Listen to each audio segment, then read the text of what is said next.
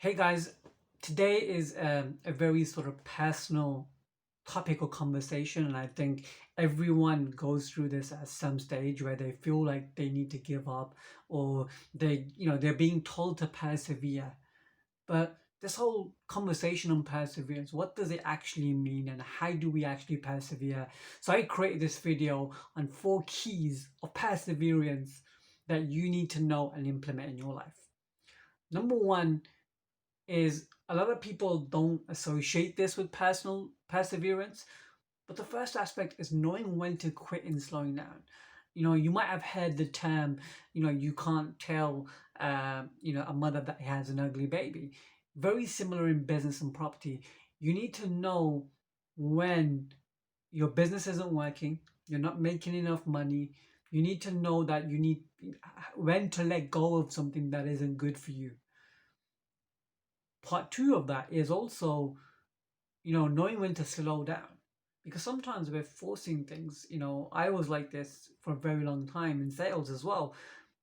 I would try and force the sale, I would force the business, I would force growth, trying to run before I can walk. And that actually hindered a lot of my success. So sometimes it's okay for you to know that you can slow down, to then look at the bigger picture, plan, strategize, do what you need to do to know what to move forward. So first it's about knowing when to let go and slowing down. And that's an important aspect of just not just business but life, because we want to always look towards the future, but sometimes we need to look at the present, and the present is now, especially during the pandemic and during COVID-19.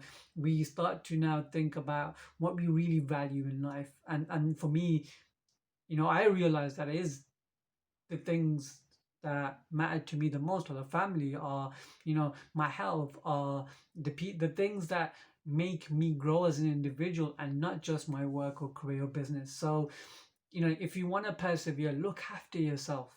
It's so important, and I won't, I'll keep banging on about this in my social media content, but I do feel like it's something that I need to hit home.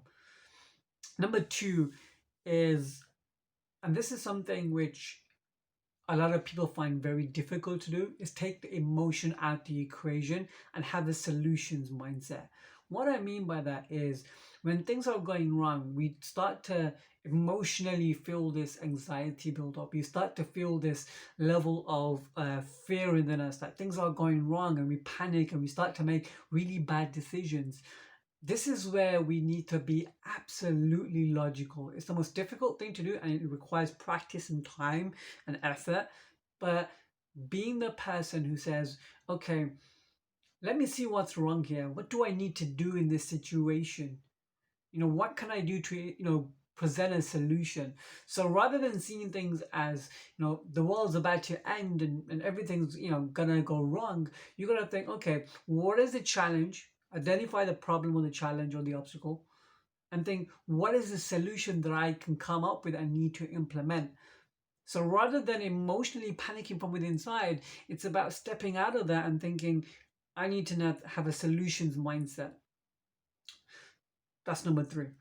Number four is probably one of my favorite aspects of this, is a lot of us tend to not persevere because we can't move forward. We feel like, okay, I can't make this happen. I don't know what I'm doing wrong. A lot of the time it comes down to two aspects: acquiring the skills and the knowledge for us to move forward. It's like in property, you can't suddenly become a developer overnight and expect everything to go wrong. What skills do you need to acquire? What knowledge do you need to then consume? You can grow yourself in a business and always be acquiring new skills and knowledge. It's not something that you can just do once in our education system, or do once by just going to one mentor or a coach or a course. It's something that you have to consistently be doing over a long period of time. Learn about the different facets of your business, the different verticals you could target, all these other things that you need to acquire new knowledge or new set of skills that are going to help you in the long run. I hope that helps, guys. I know this was a longer video than I normally do, but I thought it was just essential to talk about this topic, especially at a time where there is so much uncertainty, and then there's so much fear in people. So I hope that helps. If one of the things I would say is I would really appreciate if you can like and subscribe to my YouTube channel, click the notification bell if you like this sort of content, and hopefully I shall bring to you a lot more. Thanks, guys.